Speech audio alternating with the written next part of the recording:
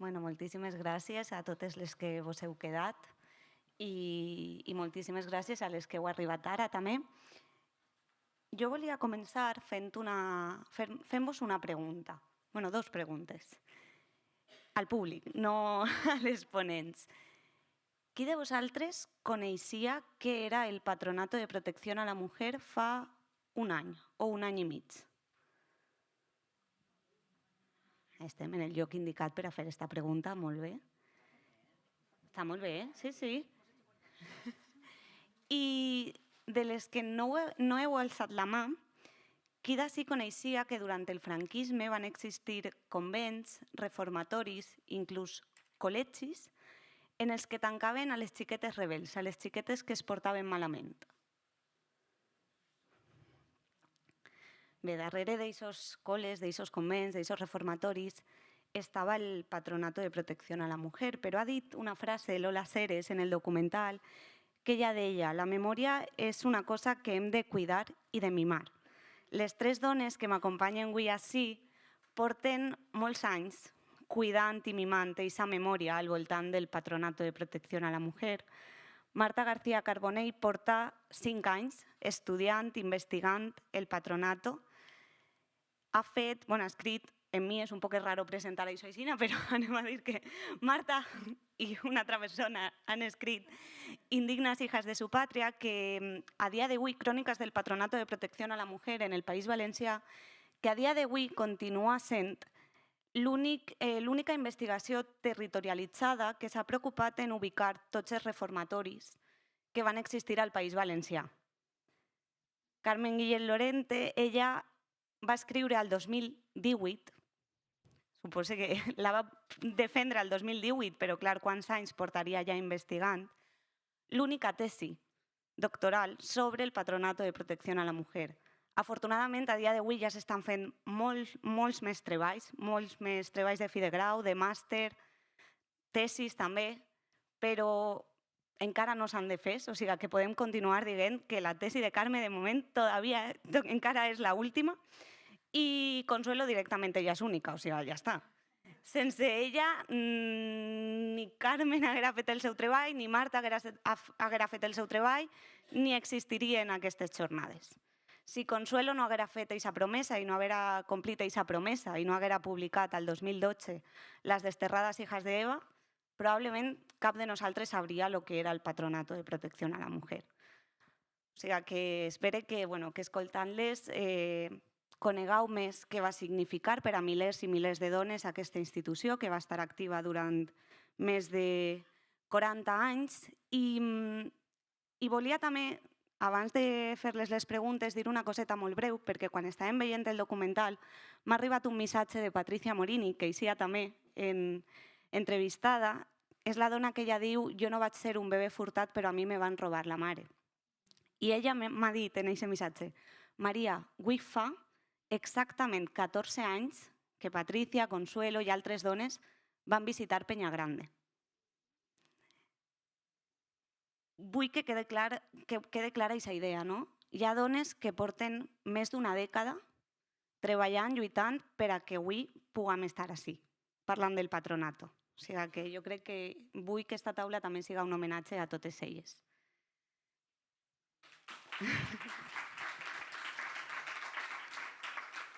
I dit tot això, Marta, comencem amb tu. I a tu te toca contar-nos un poquet què va ser el Patronato de Protecció a la Mujer. Bueno, moltes gràcies a totes una altra vegada. Saps que quan has dit que anaves a començar una frase de Lola Seres, és molt... Bueno, portem més de 5 anys fent xerrades i fent divulgació sobre el patronato i m'ha fet molta gràcia perquè tu t'has apuntat la primera frase per a dir en la teva intervenció, la primera part de la frase, y yo me he apuntado la segunda, que es lo que se ha hecho con las mujeres en este país hiere la piel, y si hiere la piel, imagínate el alma. O sea, tú te has apuntado la primera part i jo la segona. I volia començar amb aquesta frase perquè me passa una cosa i és per abans de començar a contar sobre el patronato, perquè a més, clar, jo havia de fer el procés, o sigui, anava a fer una xicoteta contextualització, però ja hem vist el documental que explica pràcticament tot, no?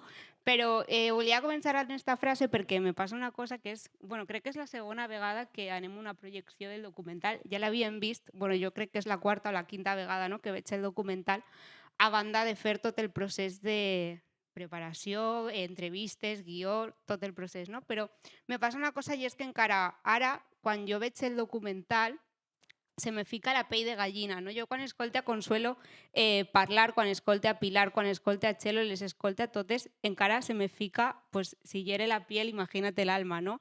I jo crec que, pues això, que jo espero que vos hagi agradat el documental i que hagueu pogut entendre què era el patronato.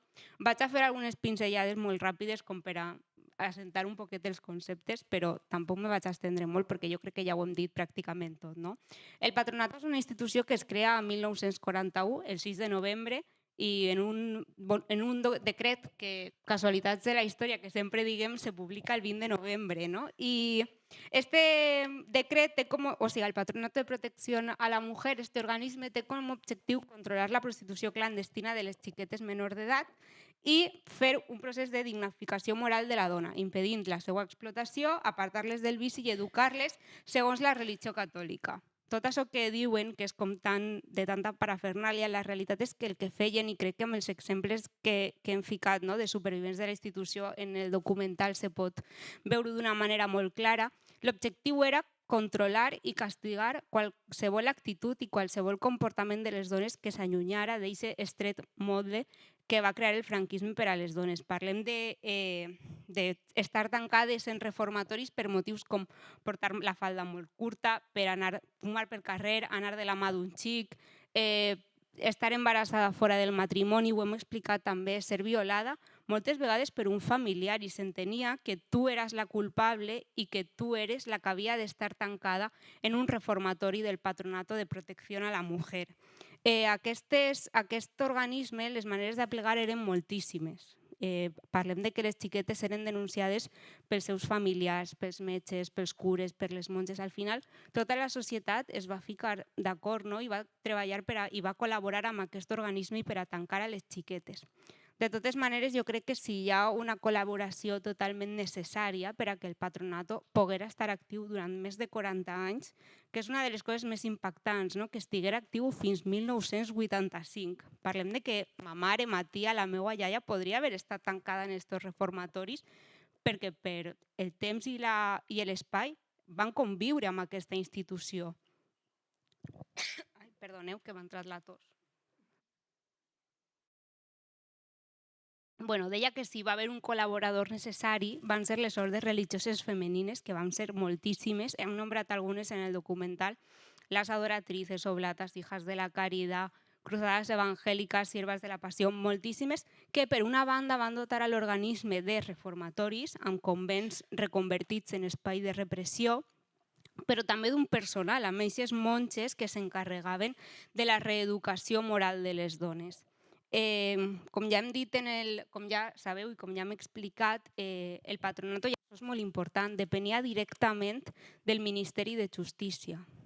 Després estava la presidenta d'honor, que era Carmen Polo, una junta nacional amb una comissió permanent, les juntes provincials i també algunes juntes locals que es creaven en aquelles ciutats on la institució pensava que feia falta un poquet més de control. Nosaltres, en el nostre cas, en el cas del País Valencià, si no recorde mal, crec que només vam poder constatar l'existència de 4 juntes locals, molt poquetes, però també estava aquesta figura, no?, de la junta local. També, ja com per a contar poquetes coses més, perquè crec que és molt més interessant escoltar a Carmen i a Consuelo, és molt important i sempre m'agrada recordar com la llei de 1952, l'única reforma legislativa que fa el patronato en més de 40 anys, una de les coses més importants que fa és ficar sobre el paper la pèrdua de la pàtria potestat dels pares. Aquestes xiquetes deixaven de ser filles dels seus pares i passaven a ser filles de l'Estat, filles del Patronato de Protecció a la Mujer i, en última instància, filles de l'ordre religiosa que gestionara els centres. De fet, m'he apuntat una frase de Pilar Dassí que diu al documental, però espera, que igual no la trobe. Uy, mira, ves, la he perdut. Así, diu, mis padres desconocían que cuando entrabas al patronato de protección a la mujer perdían la patria potestat. I és la veritat, les famílies eren enganyades i pues, les monges deien que eren col·legios internos, col·legios, però mai parlaven, o reformatoris, però mai parlaven de la realitat que hi havia darrere d'aquests centres i el que anava a significar per a les seues filles estar tancades en estos reformatoris durant el temps que ells consideraven. Perquè, clar, els pares ja no podien decidir res. I ja per últim, jo crec que me quede amb la importància d'assenyalar a les ordes religioses i assenyalar el paper que encara avui en dia tenen en la nostra societat. No? Eixe procés del que també ha parlat Consuelo, com s'han transformat en ONGs i continuen treballant amb dones en situació de vulnerabilitat, dones víctimes de tracte, dones migrades, dones víctimes de violència de gènere i com continuen formant part essencial dels nostres serveis socials, que és una cosa que no hauria de passar. Aleshores, suposo que després hi haurà més preguntes, però jo me quedo en aquesta intervenció xicoteta i després parlem més. La pregunta te la vaig a fer jo ara, vale. perquè tenies 15 minuts, eres supercomplidora, no has arribat ni als 10 minuts. Ui, perdó, jo és que... Aleshores, no passa res. Així tenim preguntes per a totes, és que, si clar... no sabeu què dir. He dit en la presentació que eres autora de moment de la única investigació territorialitzada que s'ha fet del patronato. Vull que ens contes un poquet això, no? Quina és la importància en Indignes d'aquesta localització dels reformatoris i quins reformatoris s'han constatat, s'han trobat al País Valencià. Pues mira, tens tota la raó perquè a més esta part és una part que m'encanta contar, la veritat. Bueno, jo és que no he mirat l'hora, aleshores quan he dit hasta així, doncs he dit, pues ja està. Sí, a veure, nosaltres és cert que vam fer un estudi sobre el País Valencià. Moltes, bueno, algunes heu comprat el llibre. Al llibre expliquem com treballava el Patronato de Protección a la Mujer a nivell estatal, però ens centrem en el cas del País Valencià. Per a nosaltres considerem que són molt importants aquest tipus d'investigació. De fet, si alguna d'ací vol fer una investigació sobre Catalunya, doncs estem les 4 disposades a ajudar i a que se puga fer esta investigació. Mai anem a saber realment quants centres va haver del patronato perquè ens falta moltíssima documentació que poder consultar i la informació que tenim, de fet, no és realment fidedigna al que després passava en la realitat. Per a nosaltres, aquest procés de trobar els reformatoris al País Valencià va ser, jo crec, una de les parts més importants perquè per a nosaltres era molt important assenyalar a les ordes religioses per 2 motius. La primera, ja ho hem dit, no? Com aquestes ordes religioses són àmpliament guardonades, premiades i subvencionades pel treball que fan als serveis socials i ha sigut la meva última reivindicació. I un altre motiu és que per a nosaltres era molt important dotar de significat a les ciutats. No? Moltes vegades ens passa que alguna persona ve a una presentació nostra i ens diu ara cada vegada que passe per davant d'este carrer o passe per davant d'este edifici me'n recorde de vosaltres. Primer, que ahir és molt important perquè dotem de significat a les nostres ciutats, però també passa una cosa i és que hi ha moltes dones que desconeixen haver estat en el patronato, desconeixen haver estat en aquesta institució que depenia del Ministeri de Justícia, que tenia tota una xarxa de convents i de reformatoris, però saben que van estar en aquest centre concret. No? Aleshores, si tu tens, de fet al final del llibre hi ha uns mapes amb imatges, si tu veus la imatge pots dir així vaig estar jo. De fet, per hilar un poquet amb el docu una altra vegada, ens va passar que hi ha una supervivent del patronato, que és Paquita, que és la supervivent més major que hi ha de totes. A ella li va passar que estava veient el documental, va veure el reformatori, de la qual s'hi va dir, jo he estat ahí.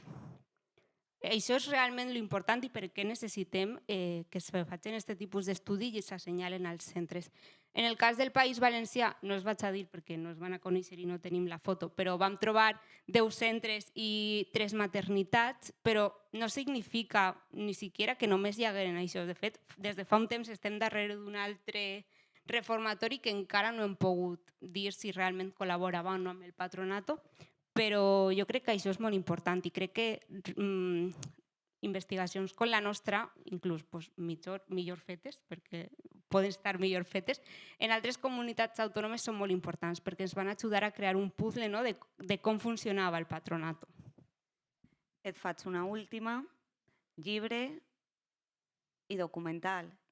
Quina importància té el documental i, ja que no ho hem dit quan hem presentat, què passa demà? És que nosaltres som molt modestes, la veritat.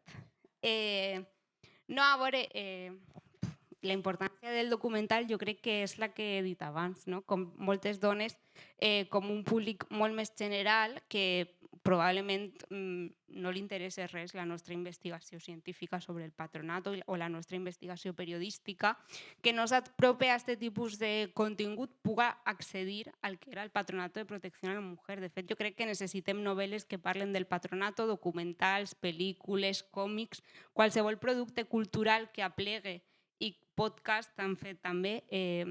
Totes aquestes coses que apleguen a un públic més general les hem de fer i hem d'ocupar aquest espai, no? I deia Maria que passa demà, la sèrie en general està nominada als Premis Lola Gauss a millor sèrie documental. Este és el capítol que van presentar i no sabem què va passar, igual estem així contant-ho i no ens donen el premi, però estem nominades,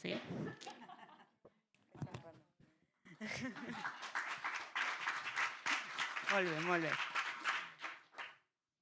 Bueno, Carmen, tu vas ser superpionera en l'acadèmia parlant del patronato, però jo volia preguntar-te, no? 2018, suposo que comences 2014-2015, pràcticament no hi havia material, més que llibres de consuelo i poqueta cosa més.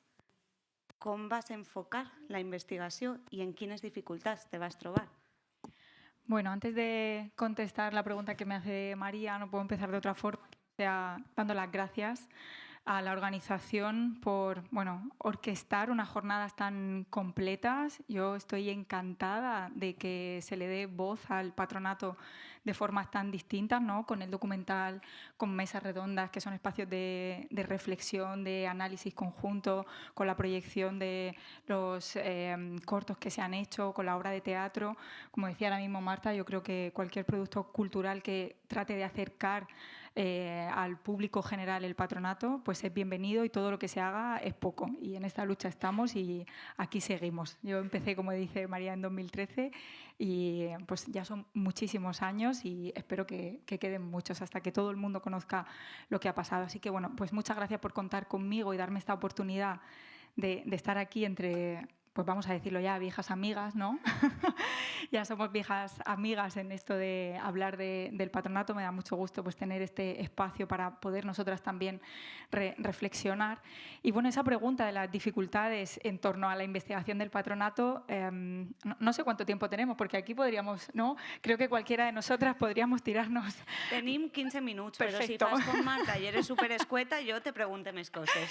Creo que con esto tenemos suficiente, que cualquier persona que se haya acercado al patronato, yo creo que la primera pregunta que se hace cuando empieza a darse cuenta de la dimensión que tiene, ¿no? Acabamos de ver este documental, acaban de situarnos muy bien Marta en toda la complejidad del patronato, uno empieza a pensar cómo algo tan grande, cronológicamente, arquitectónicamente, logísticamente, cómo esto no se conocía hasta hace relativamente poco. Y esto tiene que ver mucho con esa pregunta que ella me hacía, que son las dificultades de acceso a la información. Los muros que hemos tenido que ir poco a poco resquebrajando entre todas, porque esto ha sido un trabajo, desde luego, titánico y conjunto de muchas investigadoras. Para ser un poco didáctica, así de formación profesional, yo voy a dividir esas dificultades en tres grandes bloques, pero como esto es una pregunta abierta, estamos en una mesa redonda, luego al final, si queréis, podemos ir como hablando también nosotras de otras dificultades. Para mí, en primer lugar, sería...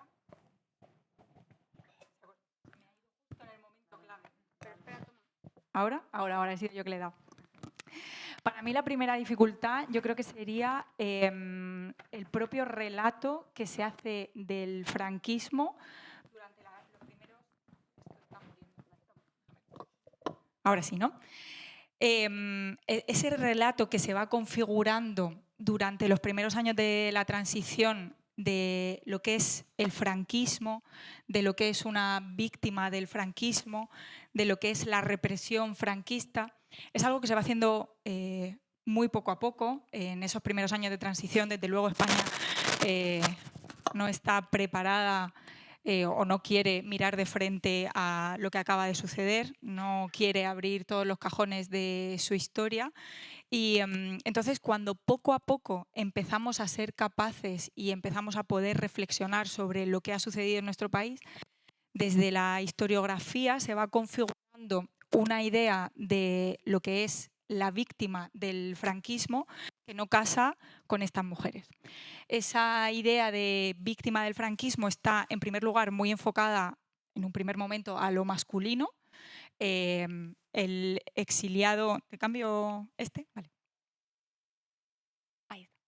En primer lugar, el fusilado, el encarcelado, el exiliado, el depurado, y sobre todo se centra este análisis en una represión de tipo cuantitativo. Los muertos que podemos contar, los encarcelados que podemos tener, y cuando empezamos a darnos cuenta de que no solamente existe una víctima masculina y que también hay, evidentemente, víctimas femeninas, en primera instancia estas víctimas son asociadas a lo masculino, la mujer del preso político, la mujer del exiliado, la mujer del fusilado, y luego vamos incorporando y nos damos cuenta de que efectivamente las mujeres también tenían agencia y en muchos casos también tenían agencia política y conciencia política, y también hay rojas y también hay encarceladas y también hay fusiladas por su propio pensamiento y no solamente por estar asociadas a un hombre. Entonces, poco a poco vamos dando pasos en esa construcción de la víctima y de lo que es la represión, a qué violencias llamamos represión, pero seguimos sin incorporar otro tipo de represión que, digamos, son en principio menos cuantificables, en principio menos visibles, pero desde luego afectaron, si bien al conjunto de la población, de manera específica a las mujeres, y aquí me refiero a la represión sexual que se materializó, como hemos visto, de manera muy tangible en ese patronato. Entonces, esta institución y las mujeres que lo habitaron durante mucho tiempo, yo creo que, iba a decir que estuvieron en una zona gris, ni siquiera gris, eso es una zona de oscuridad total. No se pone el foco de atención ahí y no se cuestiona que eso que ha sucedido pueda categorizarse dentro de lo que nosotros entendemos como una víctima del franquismo o dentro de que esa violencia sea una violencia represiva. Ese para mí sería el primer factor o la primera dificultad que tenemos que romper o que estamos en proceso de romper. En segundo lugar, una palabra clave que creo que todas estamos de acuerdo que aparece como una constante cuando hablamos del patronato, que es silencio. Cualquiera que hayamos hecho una entrevista a mujeres que han estado dentro del patronato, hay una palabra que aparece de manera constante y es silencio. Y aquí hablamos de muchas capas. Silencio dentro de la propia institución, ¿no? Aquí lo hemos visto en el documental, no nos dejaban hablar entre nosotras, no querían que hablásemos con las del otro pabellón, no querían que estableciésemos vínculos dentro. Ese silencio es algo como profundo y que les afecta de manera individual. Pero hay una segunda capa de silencio, un silencio que tiene que ver con una vez que sales fuera del patronato, con no ser capaz de legitimar tu propia historia, con sentir vergüenza, con sentir culpa, por sentir estigmatización. No quieres contarlo, no quieres ser la que ha estado ahí dentro, porque puede ser que nadie te crea, lo decía Consuelo ahí, ¿no? Es que todavía nos dicen que pues si habéis estado en un reformatorio por algo será. Entonces, no hay una legitimación de su propia historia y por eso durante mucho tiempo hay un silencio de las propias internas que empieza a romper Consuelo y que afortunadamente ese segundo muro, digamos, se ha ido desquebrajando cada vez más. Y cada uno de estos actos que hacemos yo creo que es importante porque es una especie de efecto llamada, ¿no? Siempre hay alguna mujer que dice, no, yo estuve aquí, esto me activa una memoria de una prima, de una tía, o alguien sale y empieza a reconocerse dentro de esa narrativa. Y yo diría que hay una tercera capa de silencio, que es el silencio social en torno a las congregaciones religiosas. Esto ya es una cosa que se ha comentado, lo habéis comentado en el documental. Las congregaciones no es que aparecen de repente y empiezan a configurar el patronato. Es algo que lleva siglos en nuestro país, está incrustado en nuestro ADN cultural y está tan normalizado que no se cuestiona. Entonces, ese silencio está ahí porque nadie se pregunta qué es lo que pasa realmente dentro de esos reformatorios. Eso está ahí, está tan normalizado, tan legitimado, que desde luego considerarlo una violencia es impensable. Y es algo que tiene una trayectoria que conecta con la actualidad, como bien ha comentado Consuelo. Ese para mí sería el segundo muro. Y el tercero pues tiene que ver con lo institucional, con las fuentes. Creo que ahí estamos todas de acuerdo con que hemos tenido y seguimos teniendo grandes problemas. Las personas que nos dedicamos a la historia necesitamos 3 cosas para hacer historia. Que haya fuentes de lo que queremos historiar, porque a veces nos planteamos preguntas de investigación y no hay una relación tangible con lo que queremos hacer, ¿no? Preguntas que tienen que ver con la intimidad, con la sexualidad. Yo me dedico a la historia de la sexualidad y es algo tremendamente difícil. Entonces, primero, que existan esas fuentes. Segundo, que se hayan conservado. Y tercero, que sean accesibles. Y en el patronato tenemos problemas con esos 3 niveles.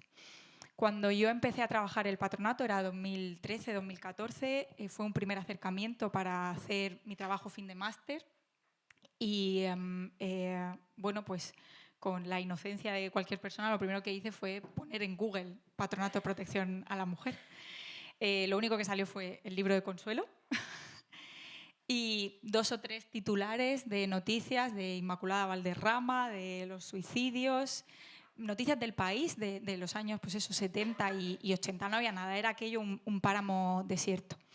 Y cuando empecé a tirar del hilo en un trabajo casi detectivesco, ¿no? Yo creo que todas las que nos hemos acercado a las fuentes del patronato sentimos que estamos haciendo como una especie de arqueología de la investigación, pues me encontré de nuevo con muchas barreras. De repente habían desaparecido documentos, ¿no? Una institución que empezó en el 41, terminó en el 85, tiene una disposición geográfica con 52 juntas provinciales, cientos de juntas locales. Yo me imaginaba aquello como una montaña de documentación. Digo, aquí tengo yo para hacer 7 tesis. Y de repente eso no estaba.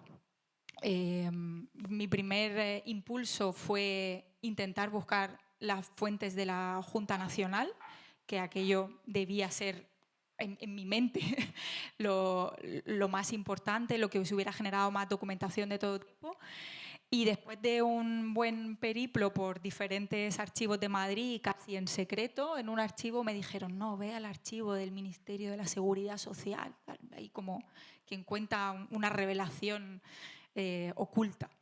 Efectivamente, en ese momento se encontraban ahí, ahora si no me equivoco han trasladado los documentos al Haga, y cuando me dirigí a ellos me dijeron que estaba sin clasificar y que efectivamente en algún momento que no recordaban se había transferido toda... ¿Estoy rompiendo todos los micros? No. Cuando había llegado toda esa documentación, había llegado 1.183 cajas de documentación. 1.183 cajas, pero que lamentablemente había habido una inundación y que habían desaparecido algunas cajas, así que solamente se conservaban 31. Ese momento, yo creo que todas cuando nos enteramos de eso, el primer impacto siempre que tenemos con ese archivo es importante.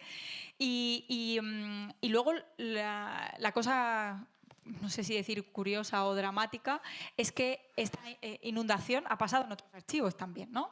Yo casi que me imagino los archivos cuando reciben un correo preguntando por el patronato, cogiendo una manguera, haciendo así, luego diciendo, vaya, ha habido una inundación, porque es sorprendente la cantidad de archivos que han perdido la documentación que conserva el patronato.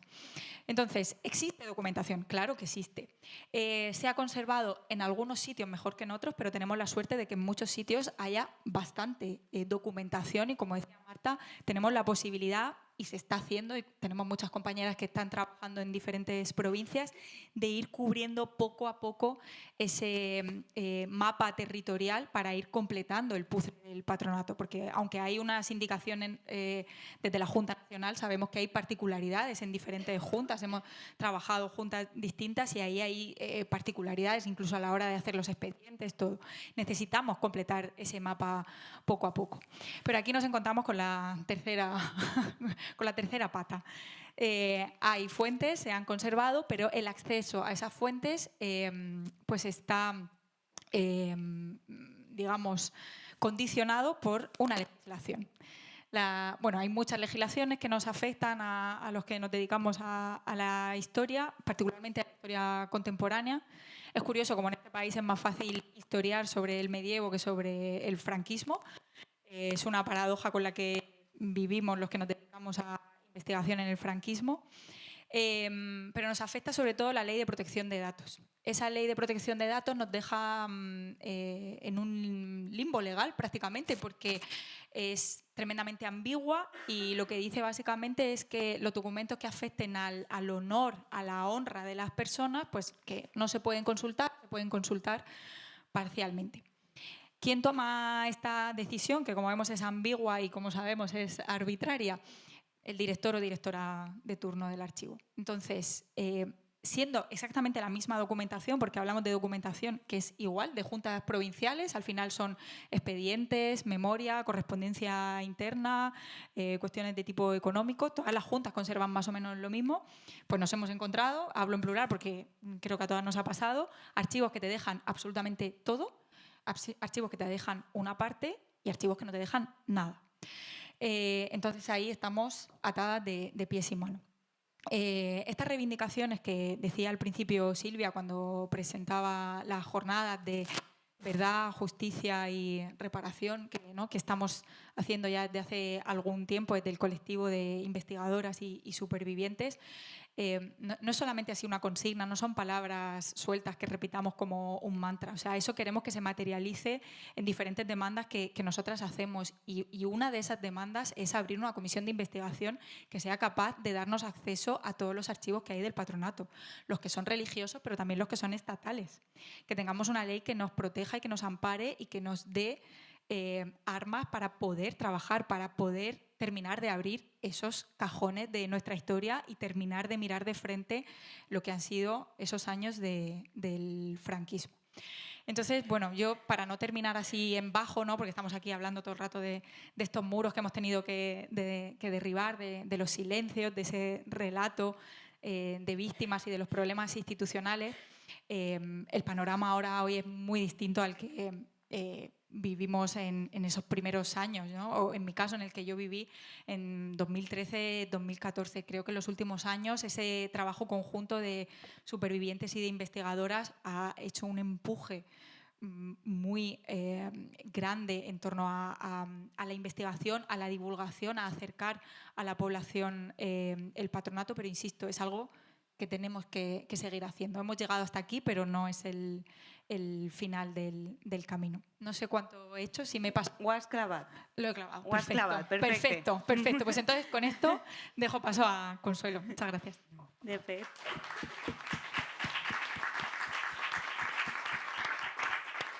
Mireu si està complicada la qüestió dels arxius, que en aquest acte de perdó que va organitzar la Conferència Espanyola de Religiosos el passat 9 de juny, en el discurs de les superiores es va pronunciar exactament farem o iniciarem una reflexió interna cap als nostres arxius.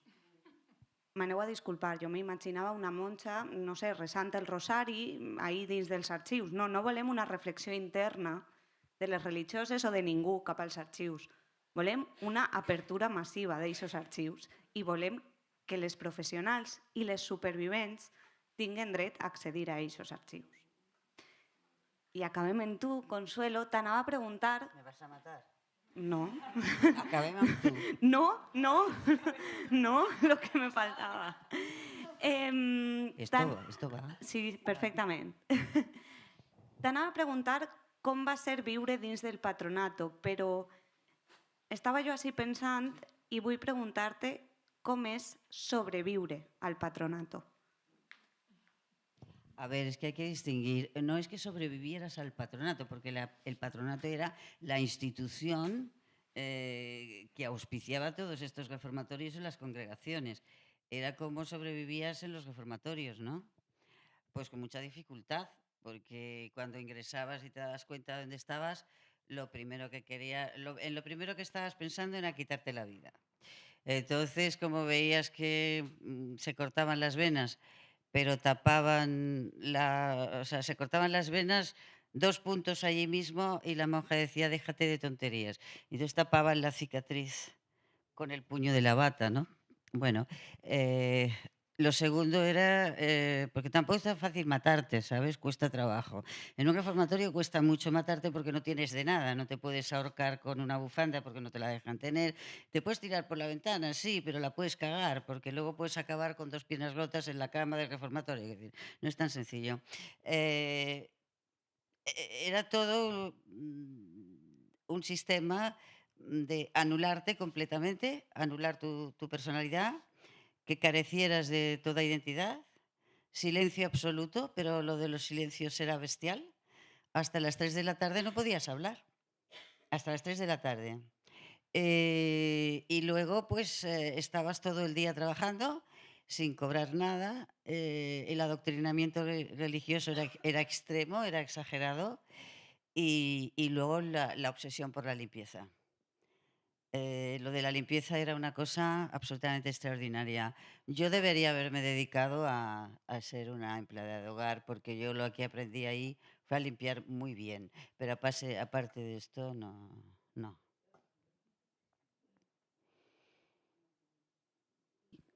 Per què vas acabar tu dins d'un reformatori del patronato?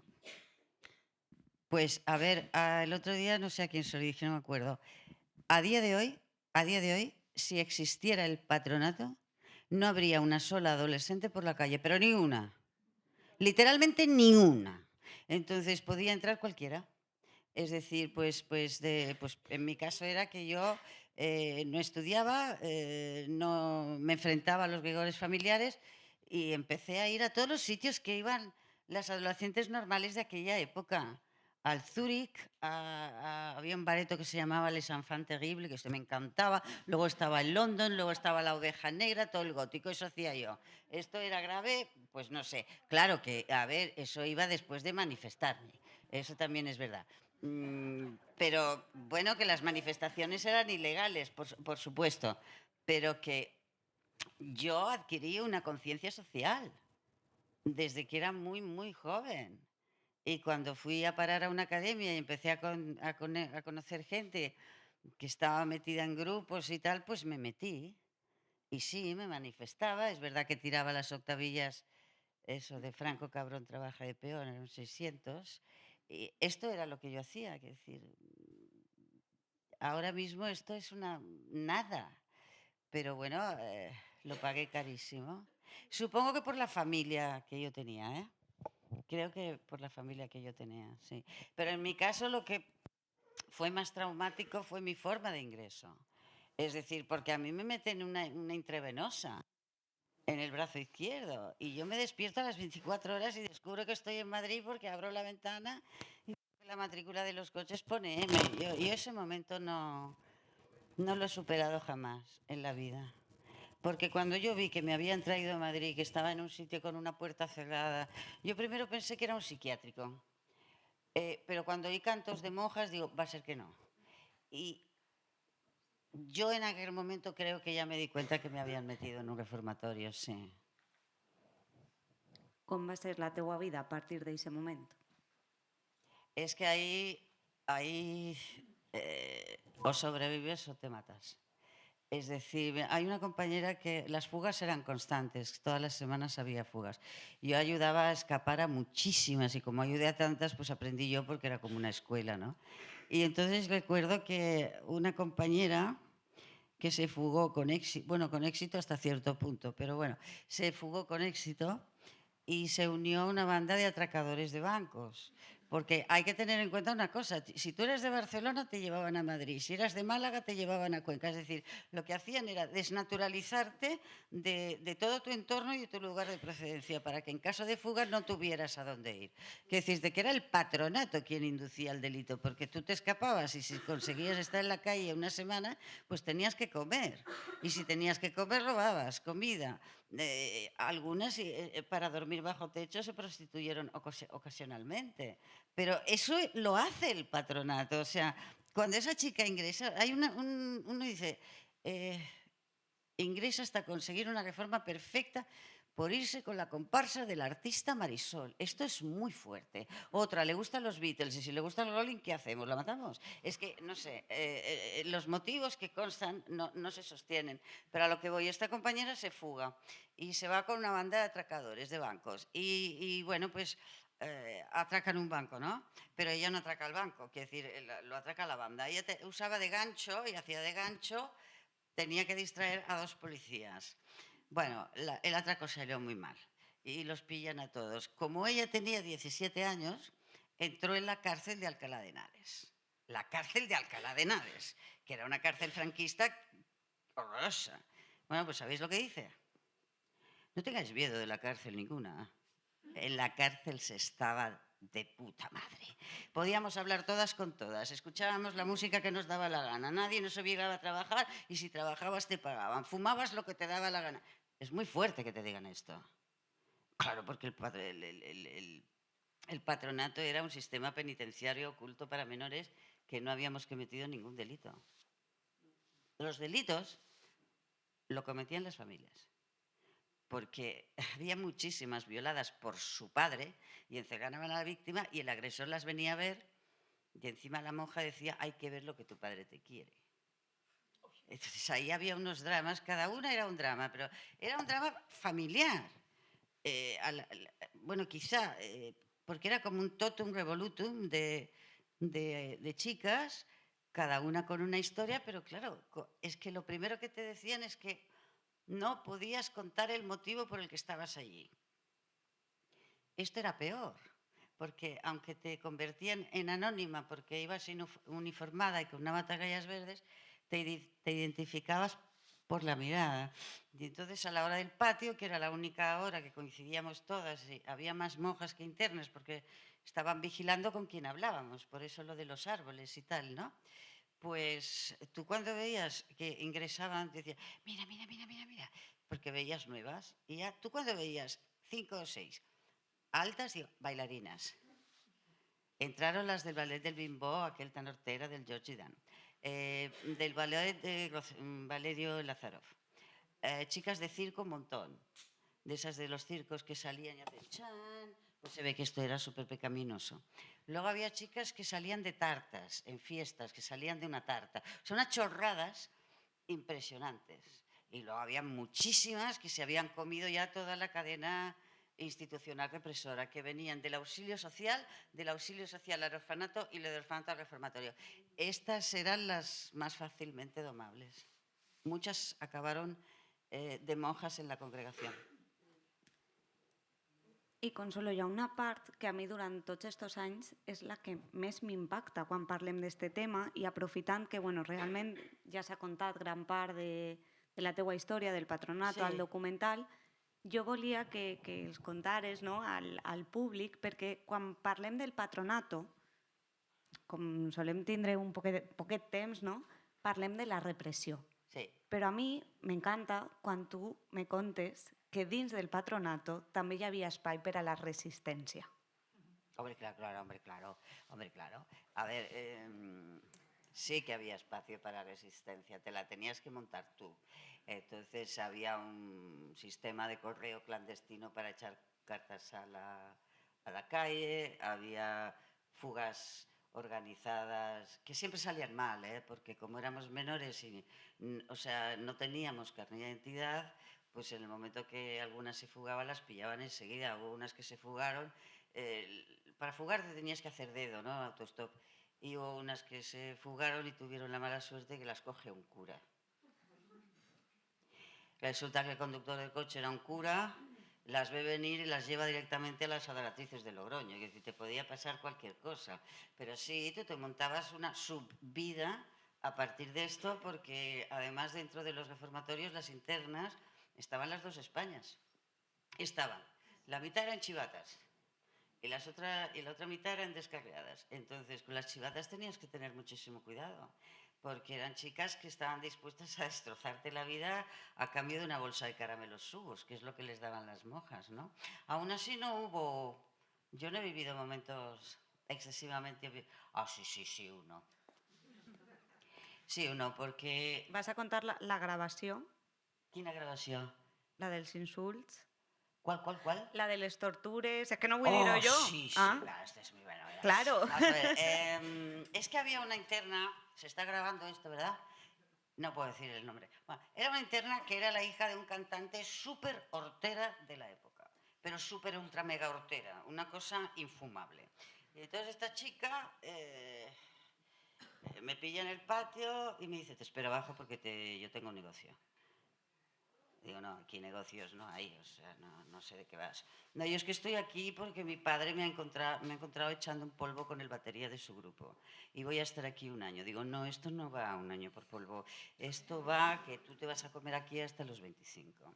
Bueno, pues esta chica lo que había hecho es que su padre le había regalado un radiocassette lleno de cassettes cantando él, que era grosso. Y entonces digo, mira, si tú te crees que alguien nos va a dar colillas, porque ahí dinero no había, eran colillas, si alguien nos va a dar colillas por escuchar esta horterada, olvídate porque esto no es un negocio. Me dice, cállate.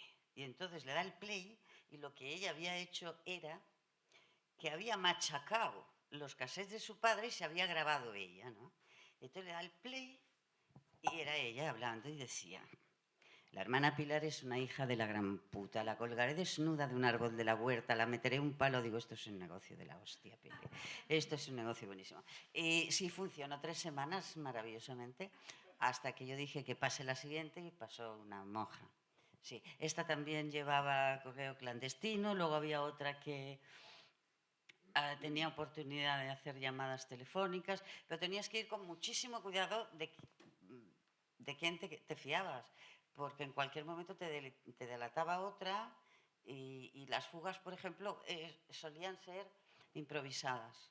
No, tú no podías planear una fuga porque se estaban dando cuenta de que la estabas planeando, ¿no? Era muy complicado sobrevivir ahí, muy complicado. Te faig l'última abans de passar el torn de preguntes al públic. S'ha parlat molt d'aquesta promesa que tu vas fer al eixir definitivament del patronato, però jo crec... No, es que yo no estuve en el patronato. Es que este es el tema. O sea, a ver, yo no sabía lo que era el patronato, no tenía ni idea de lo que era el patronato. Y entonces cuando yo ingreso en Adoratrices, zombie perdida, con la inyección que me han puesto y tal, se me acercaban al oído y me decían, eres del patronato.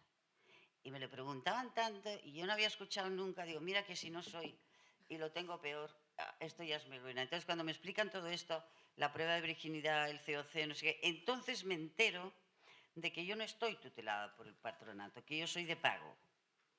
Y quiere decir que mi familia me mete en una cárcel y paga el alquiler, así de claro.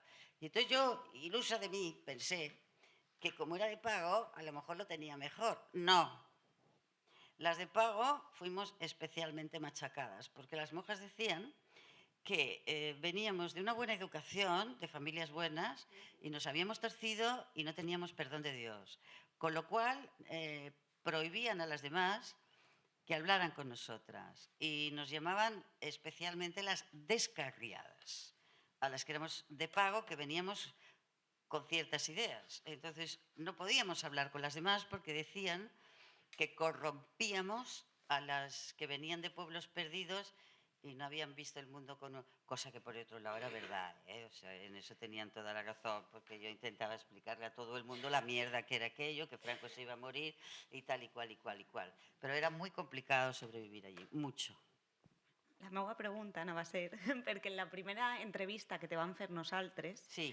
ens vas dir, el patronato em va furtar mitja vida i l'altra mitja l'he dedicat a denunciar què va ocórrer allà. Sí.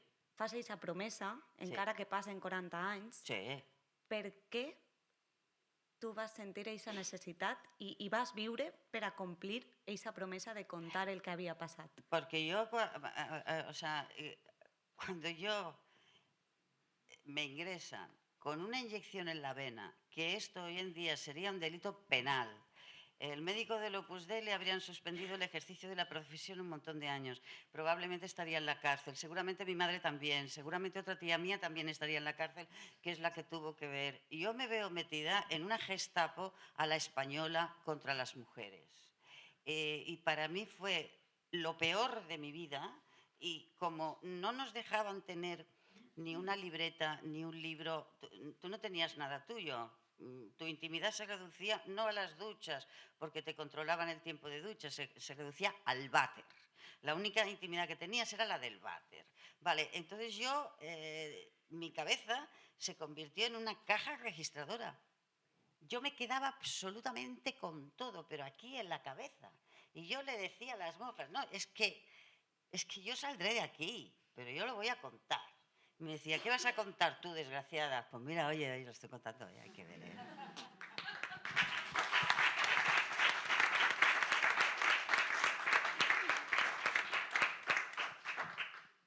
Bueno, mentre vos aneu preparant les preguntes, tenim encara un ratet per a que feu preguntes, perquè es tracta d'això. Per a mi, la investigació sobre el patronat o la difusió sobre el que va passar és una lluita per ocupar espais. Organitzar aquestes jornades és ocupar un espai, fer una obra de teatre i representar-la per molts puestos, escriure un llibre, fer una tesi, fer no sé quants llibres, 4, 5, 6, sobre el patronato. 5. Vale? 5. És ocupar espais. I, si me permeteu, a l'inici d'aquesta jornada s'ha parlat de que la història del patronato ens interpel·la com a institucions democràtiques. S'ha dit això.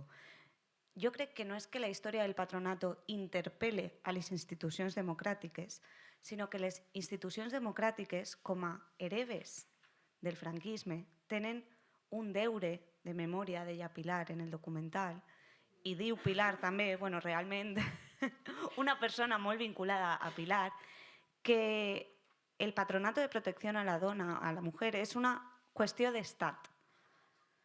Podem individualment fer moltes coses, poder continuar parlant del patronato, preguntar al nostre voltant sobre el patronato, ocupar espais nosaltres individualment i també col·lectivament parlant del patronato. Però necessitem que les institucions assumisquen les seues responsabilitats, que assumisquen que durant la transició o durant la transacció ningú va fer cas del que estava passant allà, o sí se va fer cas perquè es va continuar destinant pressupostos generals de l'Estat a manteniment del patronato, que s'assumisca això, que s'assumisca aquesta responsabilitat i que s'invertisca en investigació, en reparació i en justícia. És això el que necessitem de les institucions. I si totes juntes parlem del tema, si totes juntes reivindiquem aquests drets que encara no s'han complit, algun dia hauran de fer-ho. I ara passe jo este micro per allà i que teníem ja una pregunta. Gracias, María. Bueno, yo quería haceros una pregunta a cada una que tiene que ver con precisamente cómo ha terminado María, ¿no? Esto es una cuestión de Estado y poner de relieve las consecuencias de la alianza de la Iglesia y el Estado en nuestro país.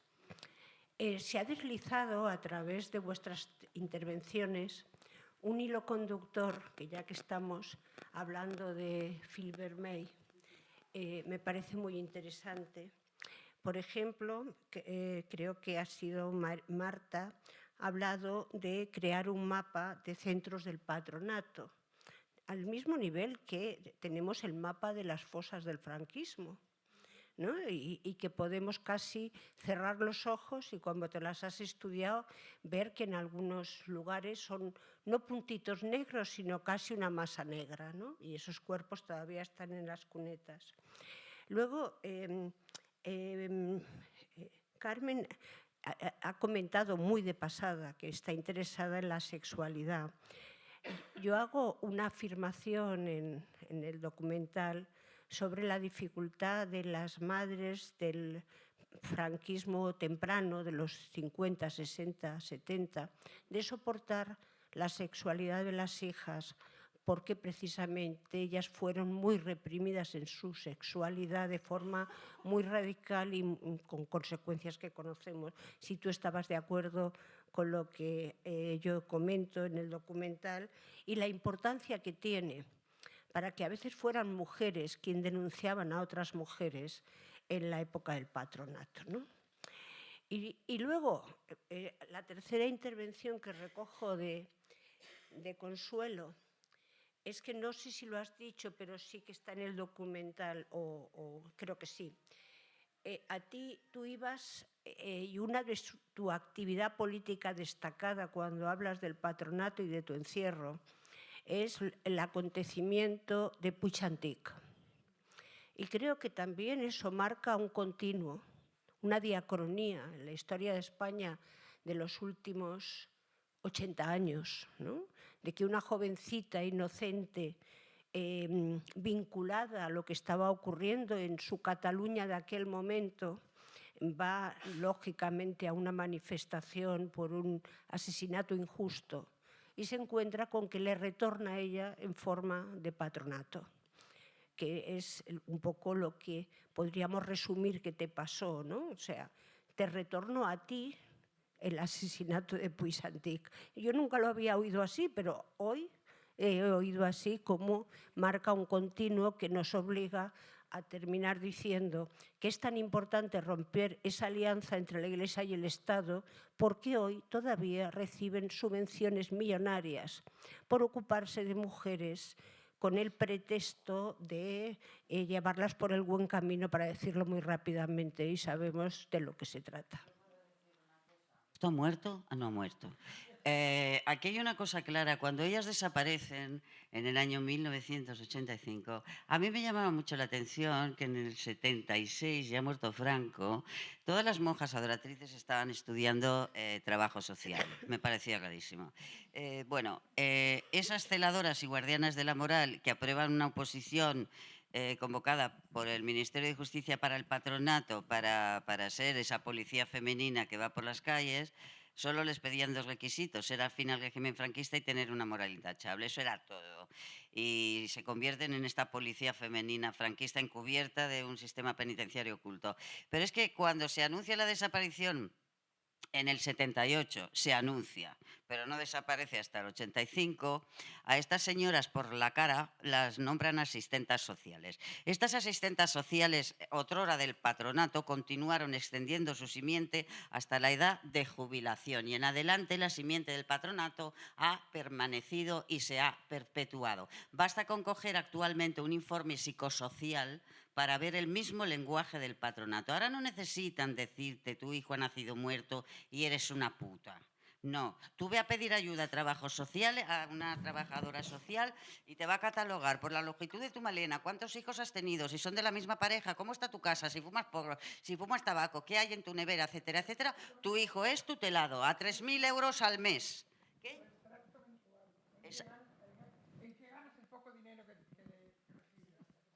Claro, pero es que a los 4 días de que desaparece el patronato se constituye la de Gaia.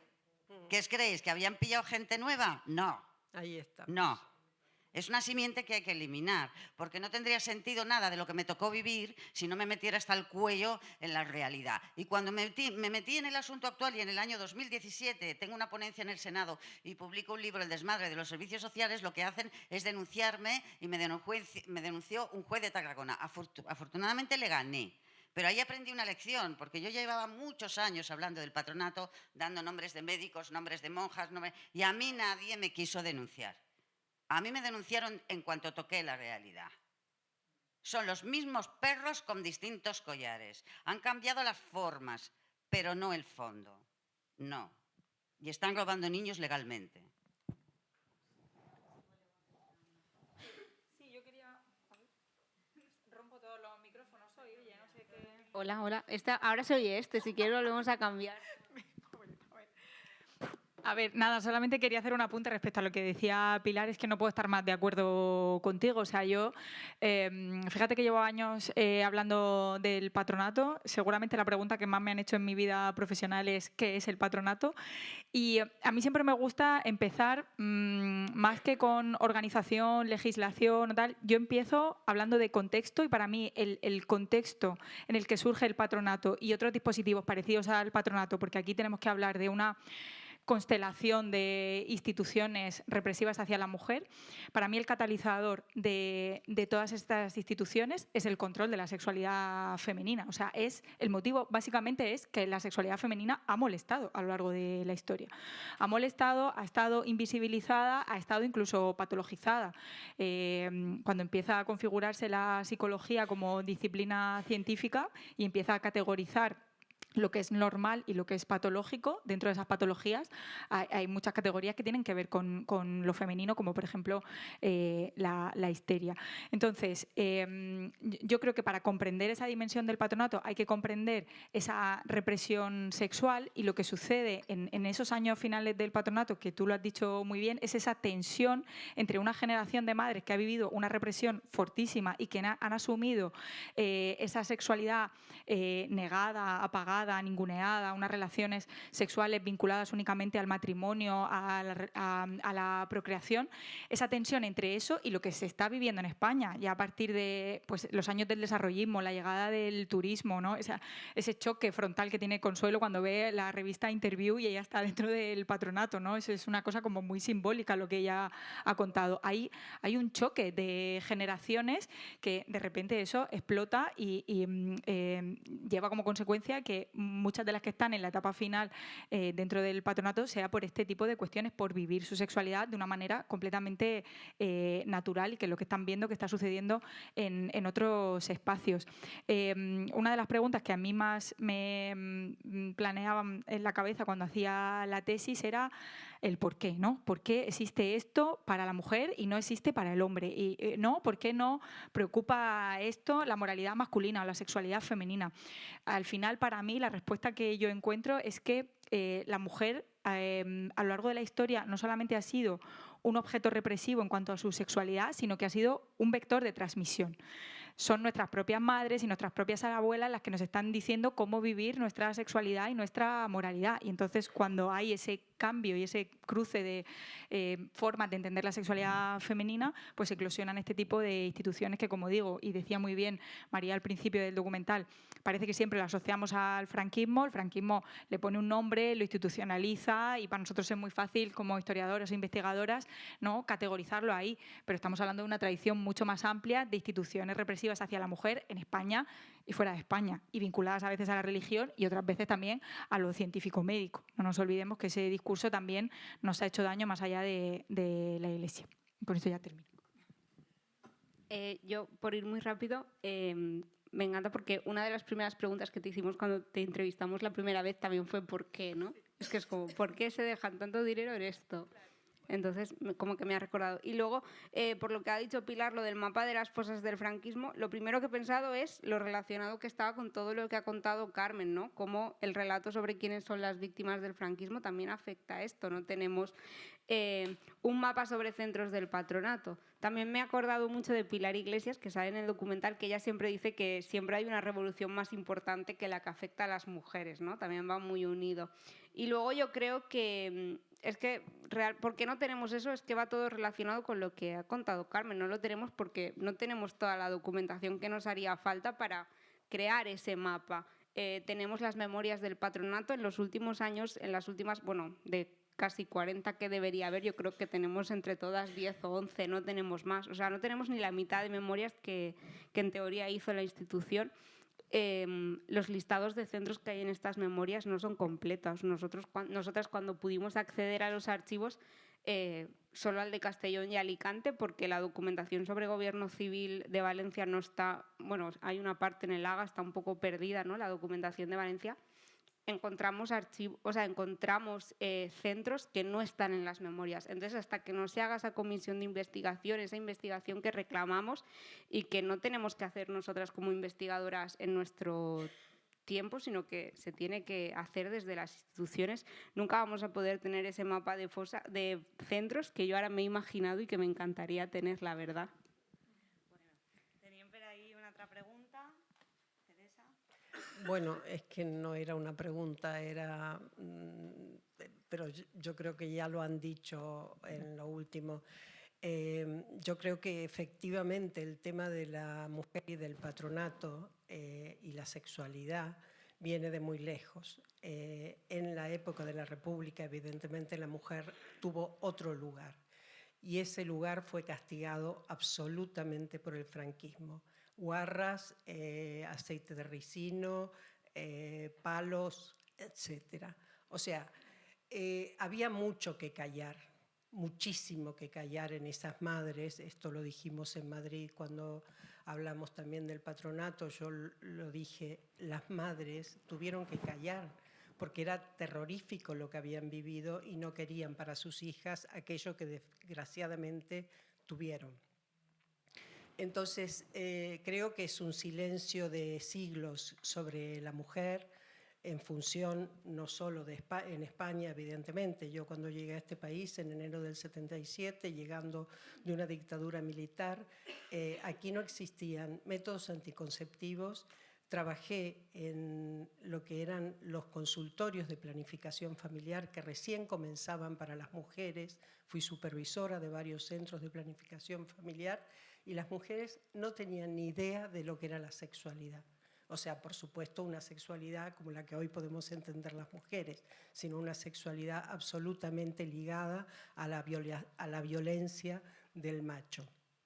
Entonces, se ha caminado mucho y evidentemente entre medio yo creo que las propias mujeres tuvieron que hacer esta donación de sus hijas a, lamentablemente, ¿no?, a una institución católica.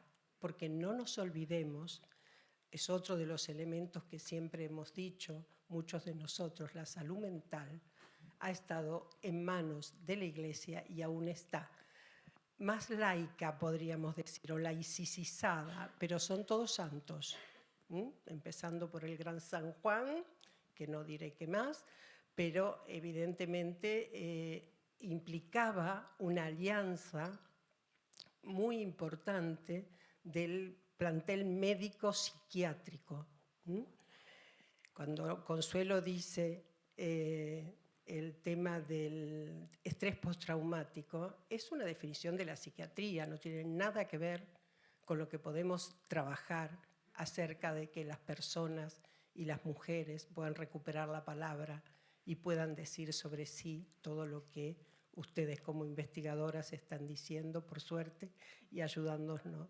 Entonces, educación, salud, salud mental, estaban absolutamente religiosidadas. No sé cómo decirlo. O sea, no podías escapar de eso. Y las madres tampoco pudieron escapar de eso. Y de alguna manera, bueno, sufrieron las consecuencias graves, eso sí. Hubo muchas mujeres que lucharon, por supuesto, antes y ahora, y seguiremos. Gracias a todas.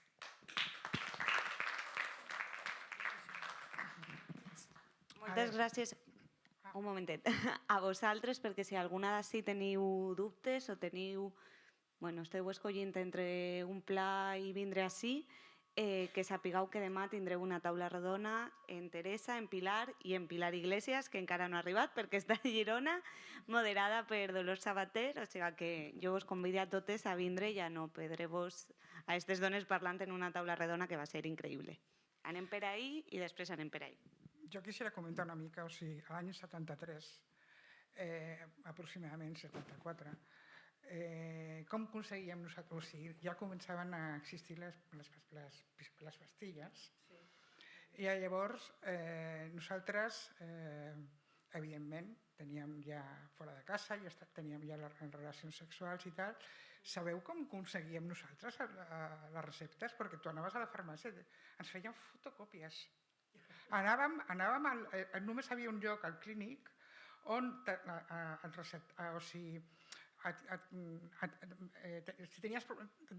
s'ocultava la història, no que tu anessis a buscar que et dispensessin, sinó que tenies problemes amb la menstruació.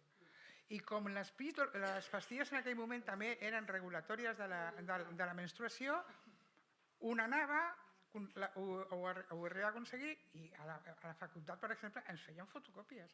I així aconseguíem. O sigui, que d'alguna manera també havia com certa complicitat entre els metges, els farmacèutics, perquè evidentment eren fotocòpies, i així anaven fent. O sigui, i això va ser una mica abans de que s'instituïssin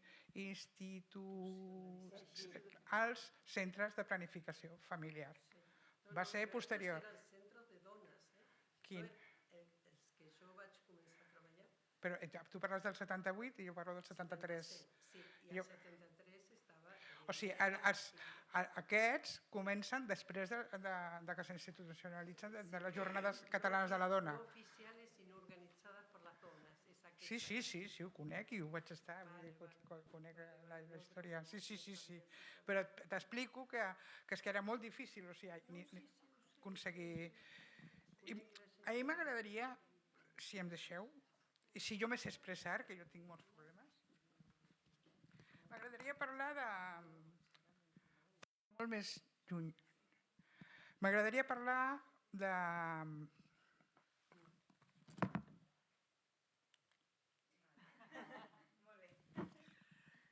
M'agradaria parlar del 36.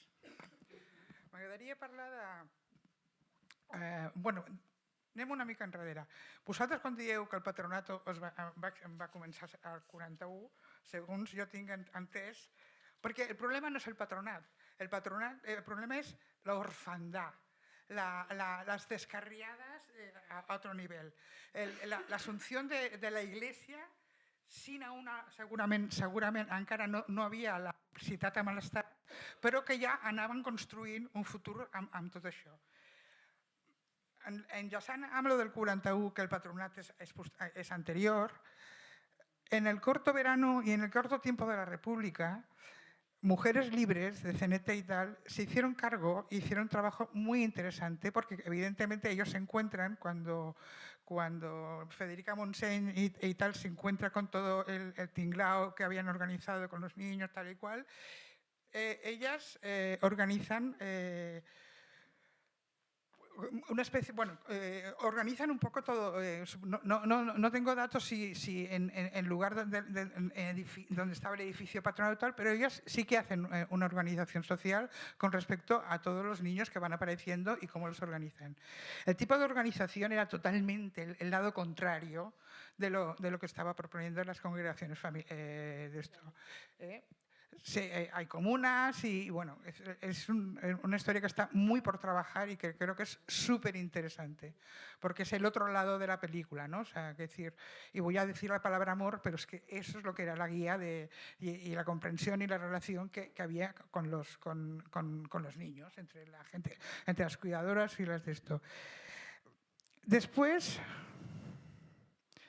recordar que en los años 70 hubo un artículo muy interesante de las coetáneas de Vindicación Feminista, que no lo habéis mencionado, pero que ahí está. Has hecho muy bien en mencionar. Sí, es muy importante porque hablaba desde la realidad cercana, o sea, no era una investigadora, sino ellas tenían la realidad, y fue un buenísimo artículo. Ese artículo, ese número, Patronato de Protección a la Mujer, fábrica de subnormales, que las llevaron a los tribunales y retiraron la revista de los kioscos, vale. Es un reportaje del Buen Pastor de Barcelona, donde yo estuve. Y cuando yo en el 78 me compro la revista y lo veo, casi me desmayo. Y hay una monja que dice, yo conozco mejor que nadie a estas niñas, yo las interrogo, yo tal, y sé si han pecado. Solo en algunas ocasiones necesito darle electroshocks. ¡Hala! Bueno, pues que eso era el instrumento, el tipo de educación que estaban aplicando, pero no solamente allí, o sea, incluso en las escuelas. Y cuando he mencionado a mujeres libres, quisiera mencionar a Lucía Sánchez Saornil, que es la que la que, bueno, junto con otras, por ejemplo, Lucía estaba en el Ateneo de Madrid y era escritora junto con la Conde, tal y cual, con Carmen Conde y eso, y no son mencionadas cuando lo mencionas. O sea, quiero decir que su paso también como mujeres libres y todo lo que construyeron ellas paralelamente queda totalmente desvanecido y en el olvido. Y entonces, aunque también quería hablar del 76, porque en el 76, cuando se desinstitucionaliza el macro complejo que estaba allí arriba en la montaña, ¿cómo se llamaba? Los hogares Mundet. Se crean, con el primer alcalde democrático aquí en Barcelona, se crean los llamados colectivos. Y estos colectivos es también un trabajo muy interesante que se hizo, que luego argumentaron que no eran eficazmente económicos y empiezan a montar, o sea, ya había autogestión absoluta de la vida de los chavales, de las chavalas y de los educadores, que no estuviera. Pero la cosa está en que después esto ya empieza el Estado a decir que eso no es rentable y crean las mini residencias y después las residencias actuales que lleva la de Gaia. O sea, ahí hay una, o sea, ¿qué van haciendo? Continuamente les van desempoderando de lo que es la vida cotidiana y la vida sanadora de alguna manera, ¿no? Y entonces, bueno, me he alargado, pero quería un poco también hacer, porque a mí me interesa, yo no soy historiadora, pero sí que me interesa la construcción del presente. Y como educadora, que he estado mucho tiempo, pues son cosas que me resuenan. Moltíssimes gràcies. Jo sí que... Bueno, aplaudim. Molt bé, Consuelo. S'ha quedat ahí. Per així hem de passar... Hem de passar el micro així. Vale, ja vas tu. Moltes gràcies. Jo sí que volia puntualitzar que crec que totes, quan diguem el patronato es va crear en 1941, sempre diguem el patronato durant el franquisme i sempre contextualitzem tota aquesta part, no? Perquè el control sobre els cossos, els comportaments de les dones, ja ho hem dit moltes vegades, és una constant. Però tindré clar que en el 41 es va aprovar aquest decret i que després d'aquest decret van passar moltes coses. Anem per ací. Hola, bona tarda. Moltes gràcies a totes per les vostres reflexions. Volia preguntar sobre el tema del treball que vosaltres no cobràveu per fer. Tu abans has parlat de... Com ho has dit? Col·laborador necessario. Les empreses que portaven feina perquè féssiu les persones, les noies que estàveu allà, quines empreses són? I si ho sabien... Perquè les monges cobraven, vosaltres no. Per tant... Mira, yo creo que las empresas no sabían absolutamente nada. Hubo una inspección de Hacienda, nada menos, a las Oblatas del Redentor en los años 30 o 40, porque habían montado tal industria chocolatera, hacían bombones, lenguas de gato, pez de monja, todas estas cosas, ¿no? Todo chocolate de comer. Que era imposible que aquella industria se mantuviera con 5 trabajadoras que decían que eran monjas. Dice, esto no puede ser. Les metieron un puro que no veas, pero lo siguieron haciendo. A ver, yo he trabajado para el Corte Inglés, para Galerías Preciados, para el Rimmel Pinot. ¿qué? Iberia. Las de los 80, la visita papal, el refresco Cotán. Yo he bordado trajes de torero, capotes de torero, ornamentos litúrgicos, casullas de sacerdote. Lo que más dinero les daba era el bordado. Y en todo el país, la gente pija encargaba los ajuares de boda a las monjitas, creyendo que las monjitas bordaban aquellas mantelerías tan maravillosas, las sábanas con las iniciales, las toallas con las... No, esto lo hacíamos nosotras, pero no te enseñaba nadie, ¿eh? O sea, a ti te ponían en un bastidor, no exagero, ¿eh? Eran bastidores el doble que de esta mesa, a lo largo y a lo ancho de aquí a aquí. Y así venga, internas. Y te ponían al lado y te decían, haz lo mismo que hace tu compañera. Nadie te enseñaba nada, aprendías sola. Muchas no aprendían porque bordar tampoco es tan fácil. Entonces, las que no aprendían las llevaban a los trabajos, que eran trabajos de cadena de montaje. Porque había unos... donde ellas ganaban más dinero era con los muñecos que se inventaban ellas. Entonces las adoratrices se importaron como unos enanos, eran como unos duendecillos rojos, todos de trapo, así con las piernas así y el cuerpo lleno de caramelos. Y hacíamos todo el proceso. Pero era un proceso de cadena de montaje. O sea, una cosía una mano y se pasaba todo el día cosiendo una mano. Otra metía en la guata y estabas todo el día metiendo la guata. Y esos muñecos que iban llenos de caramelos, como hacíamos todo el proceso, porque lo metíamos en cajas, iban a todas las pastelerías de España. De hecho, yo esos muñecos los vi en 1979 en una pastelería Rambla Cataluña y casi me desmayo. Digo, mira, es que siguen. Porque yo esos muñecos he hecho miles. Entonces, dentro del cuerpo poníamos notas. Sáqueme de aquí. Estoy presa, no he hecho nada. Y nunca pasó nada. Las marcas no tenían ni idea de a quién encargaban este trabajo. Pero a ver, si tú entregas, por ejemplo, había un taller de punto que era, yo no te exagero, a lo mejor se hacían 500 jerseys al día. ¿Sabes? De estas remalladoras tricotosas, de estos jerseys que era para el Corte Inglés, eran más de 500 jerseys al día. Luego los abrigos, los vestidos para el Corte Inglés, yo no sé cuántos se hacían porque este era el de confección y yo no estuve nunca. Yo estaba en muñequería. Los pañuelos de los Sanfermines, algo tan estúpido como eso, que bueno, piensas que alguien lo hace, pues se hacían en el Buen Pastor. Y se hacían 5.000 al día de cuello de persona y 5.000 de cuello de botella. ¿Preguntaba a alguien quién hacía ese trabajo? No. No. Créeme, yo no necesito hacerles un favor a las monjas, o sea, las detesto profundamente. Pero estoy convencida de que las marcas no sabían a quién encargaban el trabajo. También estoy convencida de cuando se hace la entrega de funciones del patronato en el año 83 y la que coge el PSOE, no tenían ni idea de lo que pasaba dentro de los conventos. Eran unos conventos que ocupaban las grandes manzanas de la ciudad. Entonces, no salíamos a la calle, no nos veían, no sabían lo que pasaba dentro. Estoy convencida de que no sabían lo que pasaba dentro. Yo creo que no. Otras compañeras dicen que sí, yo creo que no. Sí, però no només des de fora al carrer no es veia el que passava a dintre, sinó que quan les noies sortíeu tampoc no explicàveu res a ningú. No, és que quan les noies sortíem, les poques vegades que nos sacaban a dar una vuelta, porque el primer año era de encierro absoluto. El segundo año, dependiendo de tu comportamiento, te buscaban un trabajo y tú podías estudiar algo. Los trabajos que te buscaban eran de una lista que tenían ellos de señores, de mujeres de limpieza a la mitad de precio del mercado y niñeras a la mitad de precio del mercado.